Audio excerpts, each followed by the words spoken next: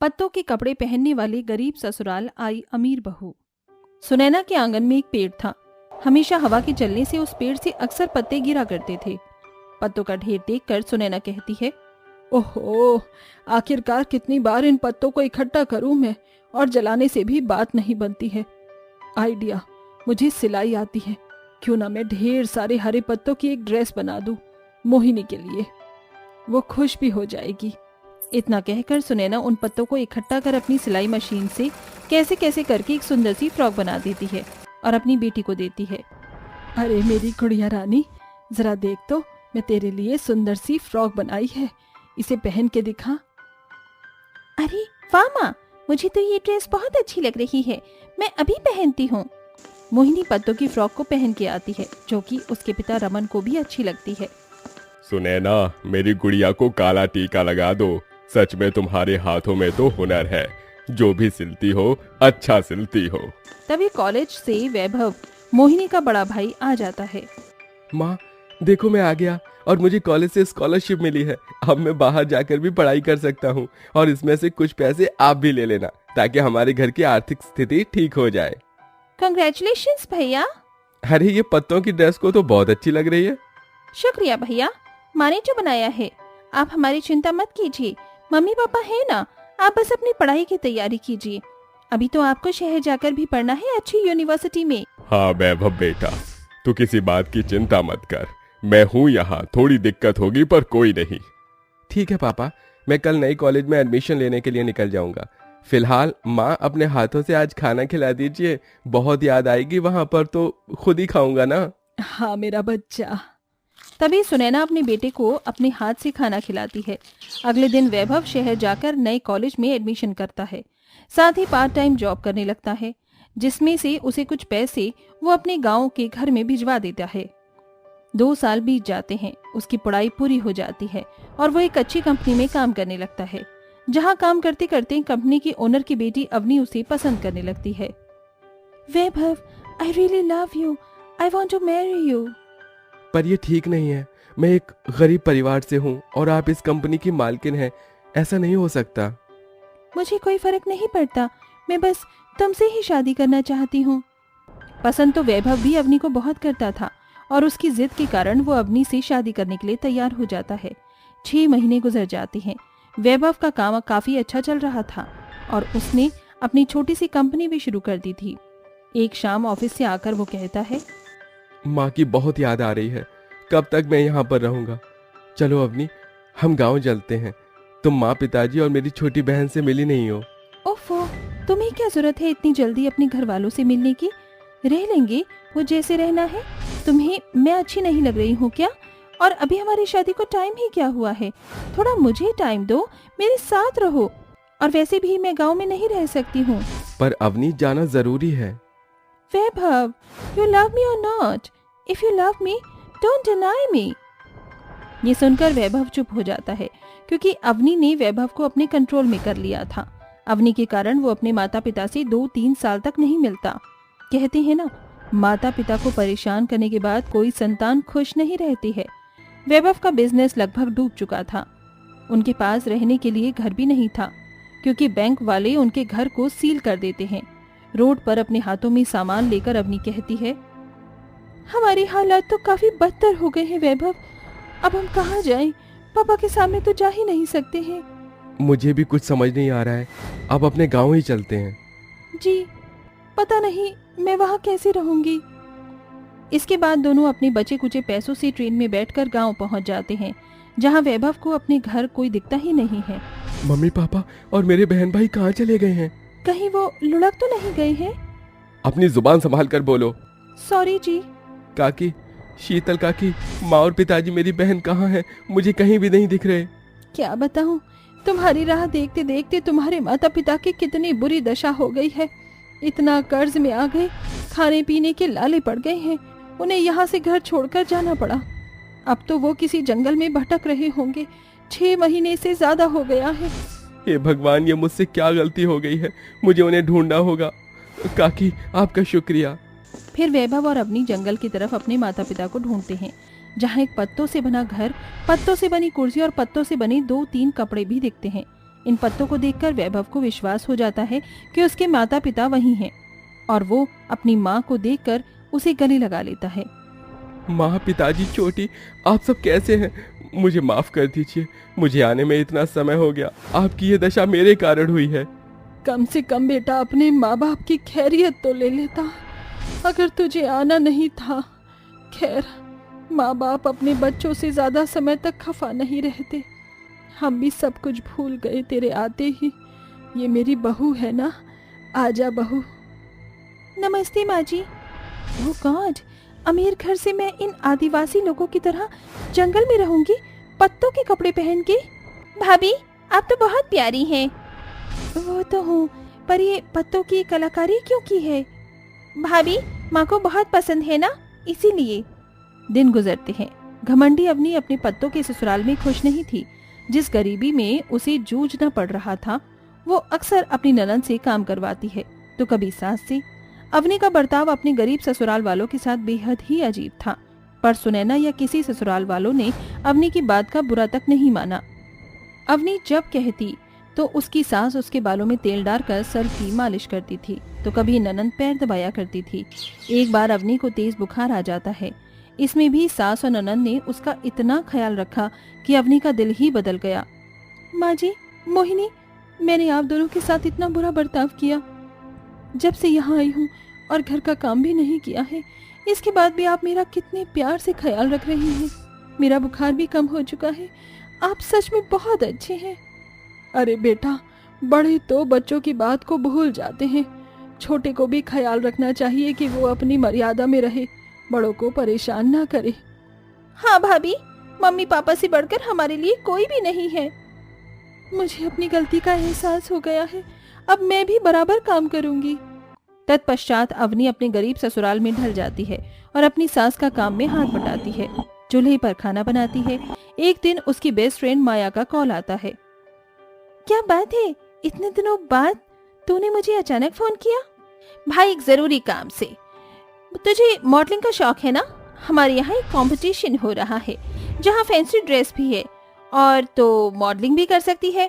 तो अपने लिए कुछ यूनिक कपड़े ले आओ जिससे तू मॉडलिंग कर पाए, क्योंकि जीतने वाले को पूरे 7 लाख रुपए मिलेंगे और तेरे घर की कंडीशन भी ठीक नहीं है, इसीलिए मैंने बता दिया।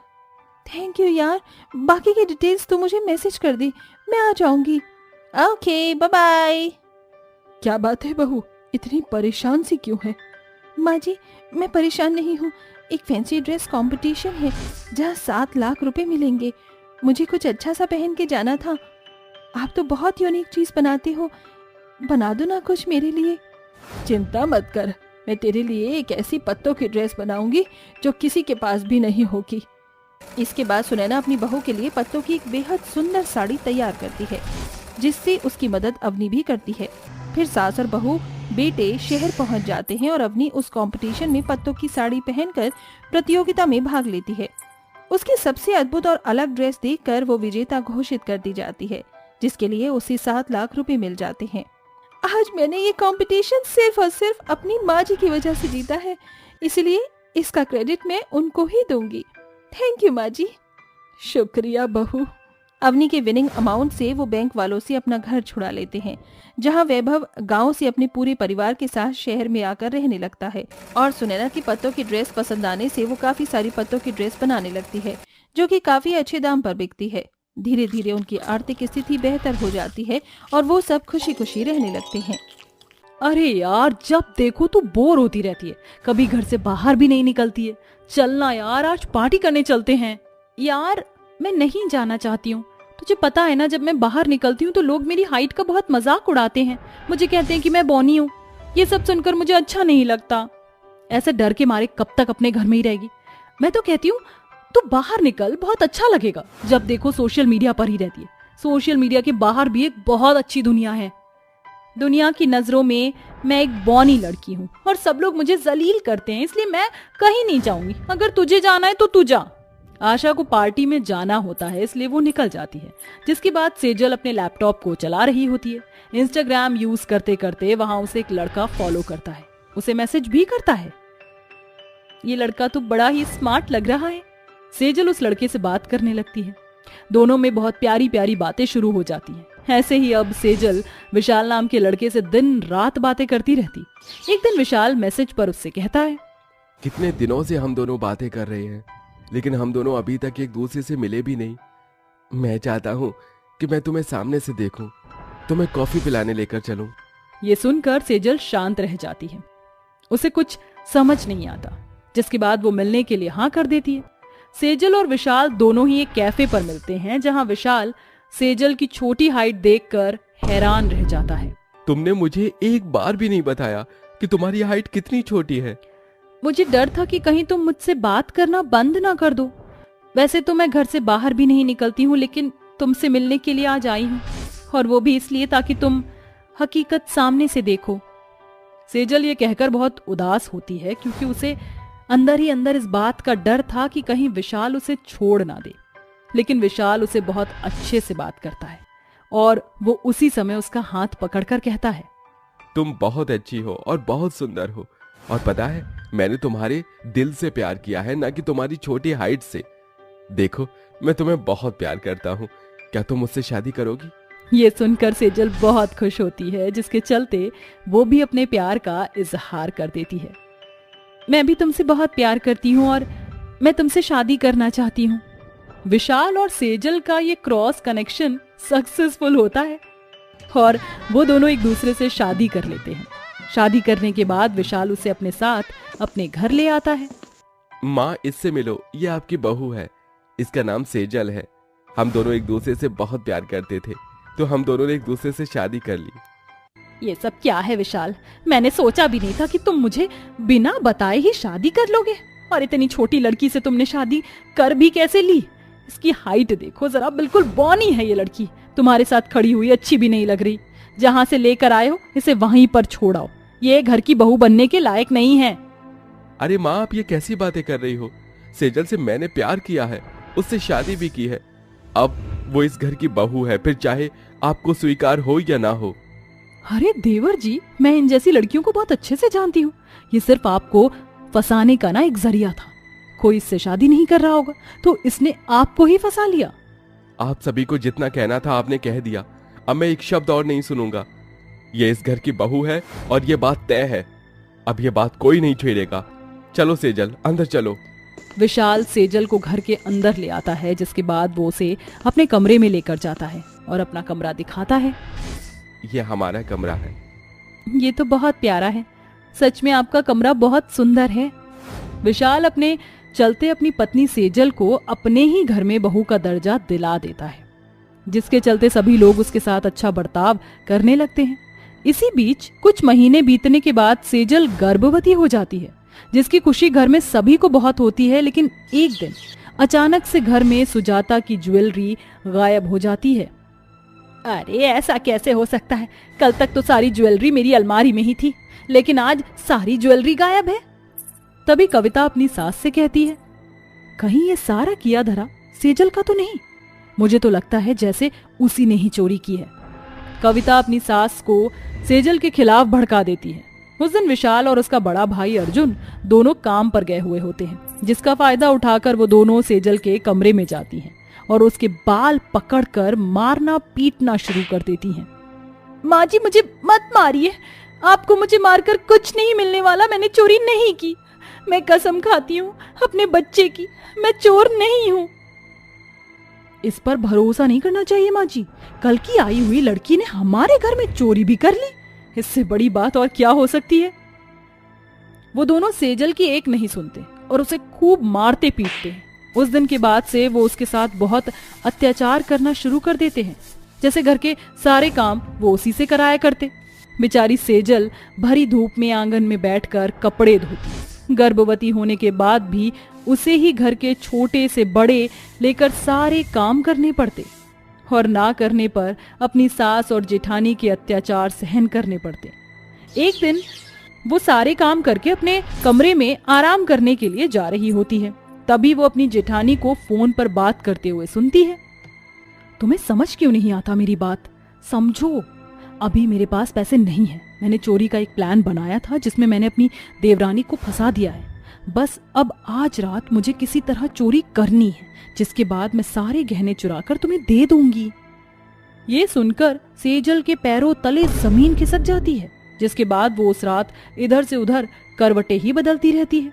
वहीं दूसरी तरफ कविता पूरी प्लानिंग के साथ अपनी सास के कमरे में चोरी करने के लिए पहुंच जाती है। वो अपनी सास के कमरे से सारे गहने निकाल लेती है और वहां से जाने लगती है, लेकिन तभी दरवाजे पर सेजल आकर उसे रोक लेती है।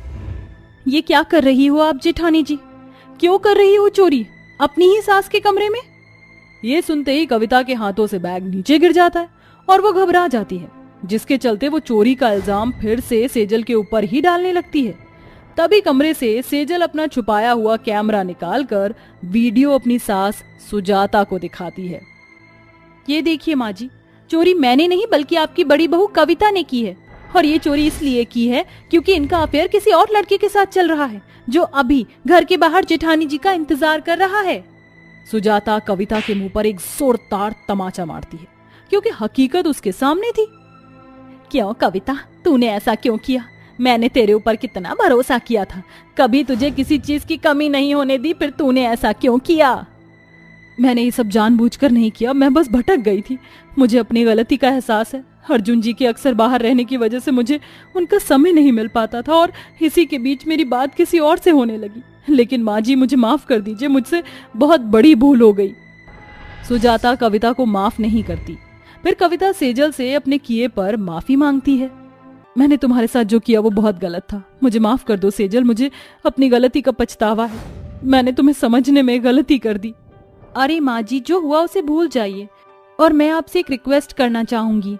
जेठानी जी को अपनी गलती का एहसास है, इसलिए मैं चाहती हूँ कि आप जेठानी जी को भी एक मौका दें अपनी गलती सुधारने का। सुजाता सेजल की बात मान लेती है और अपनी बड़ी बहू को एक मौका और दे देती है। उसी के कुछ दिन बाद सेजल एक बहुत ही सुंदर से बच्चे को जन्म देती है, जिसकी खुशी में सुजाता और कविता दोनों ही एक बहुत बड़ी पार्टी अरेंज करती हैं। उस दिन के बाद से सेजल अपने ससुराल में खुशी खुशी रहने लगती है।